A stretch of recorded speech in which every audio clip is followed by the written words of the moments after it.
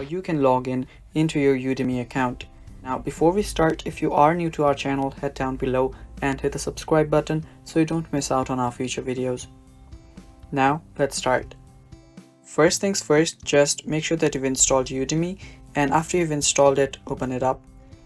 And after you've opened it up, you will see this option right here that will ask you to sign in.